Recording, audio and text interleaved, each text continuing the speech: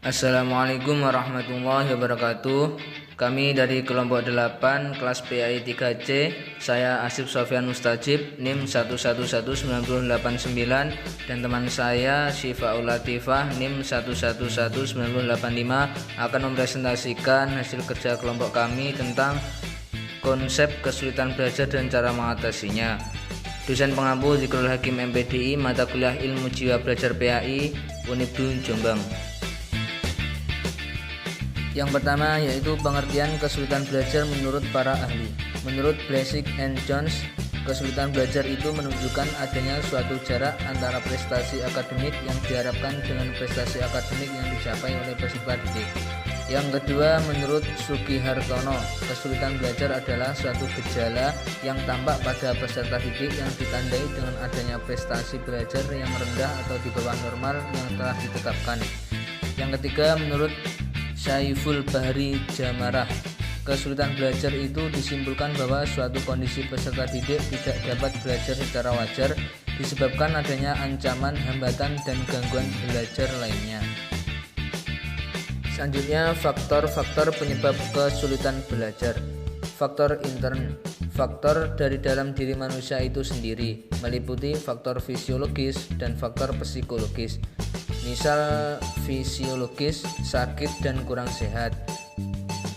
Psikologi yaitu motivasi, minat, perilaku, sikap, dan bakat. Yang kedua, faktor ekstern atau faktor dari luar manusia, meliputi faktor non-sosial dan faktor sosial. Faktor non-sosial meliputi gedung sekolah, alat-alat belajar, lapangan olahraga. Faktor sosial meliputi guru atau dosen, mahasiswa, administrasi, dan mengawasi anak-anak.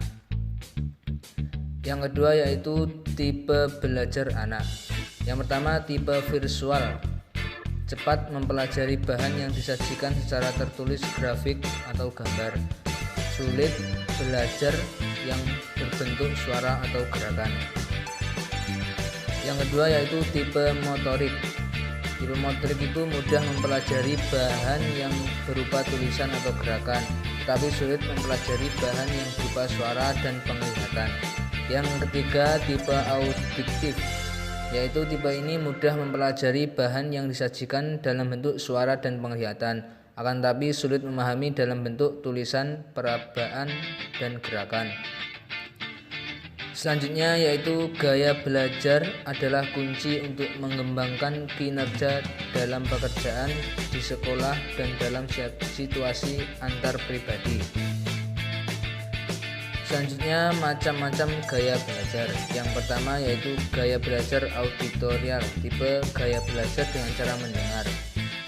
Yang kedua yaitu gaya belajar visual, tipe ini menggunakan gaya belajar dengan cara melihat.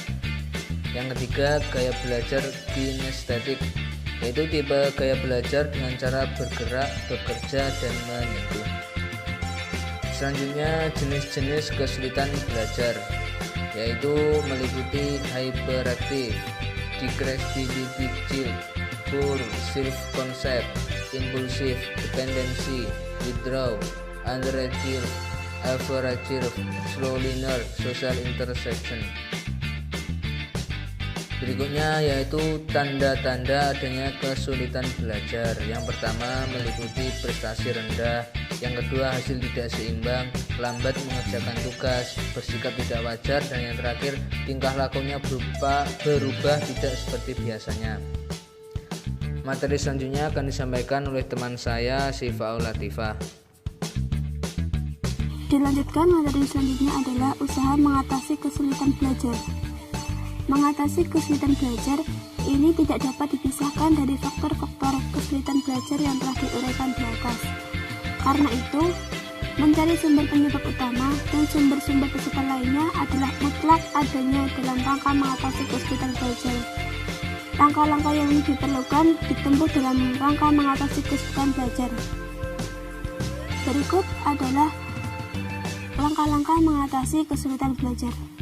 Yang pertama adalah pengumpulan data. Pengumpulan data dapat digunakan sebagai metode, diantaranya adalah observasi, kunjungan rumah, case study, case history, daftar pribadi, meneliti pekerjaan anak, tugas kelompok, pelaksanaan tes. Dalam pelaksanaannya, metode-metode tersebut tidak harus semuanya digunakan secara bersamaan, akan tetapi tergantung pada masalahnya atau kompleksnya. Yang kedua adalah pengolahan data.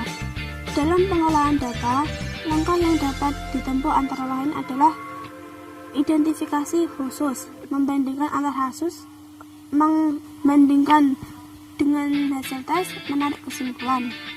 Yang ketiga adalah diagnosis. Diagnosis adalah keputusan mengenai hasil dari pengolahan data. Berikut adalah hal-hal yang dapat berupa diagnosis. A. Keputusan mengenai jenis kesulitan belajar anak. B. Keputusan mengenai faktor-faktor yang ikut menjadi sumber penyebab kesulitan belajar. C. Keputusan mengenai faktor utama penyebab kesulitan belajar dan sebagainya.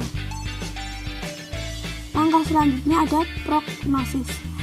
Apa yang telah ditetapkan di diagnosis akan menjadi dasar utama dalam menyusun dan menetapkan ramalan mengenai bantuan apa yang harus diberikan kepadanya untuk membantu mengatasi masalahnya. Dalam hal ini dapat berupa bentuk treatment yang diberikan, bahan atau materi yang digunakan, metode yang digunakan, waktu, kapan kegiatan itu dilaksanakan. Langkah selanjutnya ada treatment atau perlakuan. Bentuk treatment yang mungkin dapat diberikan adalah melalui bimbingan belajar kelompok, melalui bimbingan belajar individual, melalui pengajaran remedial dalam beberapa bidang studi, memberikan bimbingan pribadi untuk mengatasi masalah psikologis, dan terakhir melalui bimbingan orang tua. Dan langkah terakhir adalah evaluasi.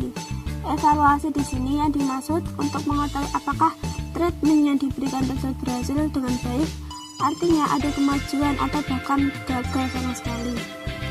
Alat yang digunakan untuk evaluasi ini dapat berupa tes presentasi belajar. Untuk langkah-langkah yang ditempuh adalah sebagai berikut: racking data, reprognosis, retreatment, dan reevaluasi.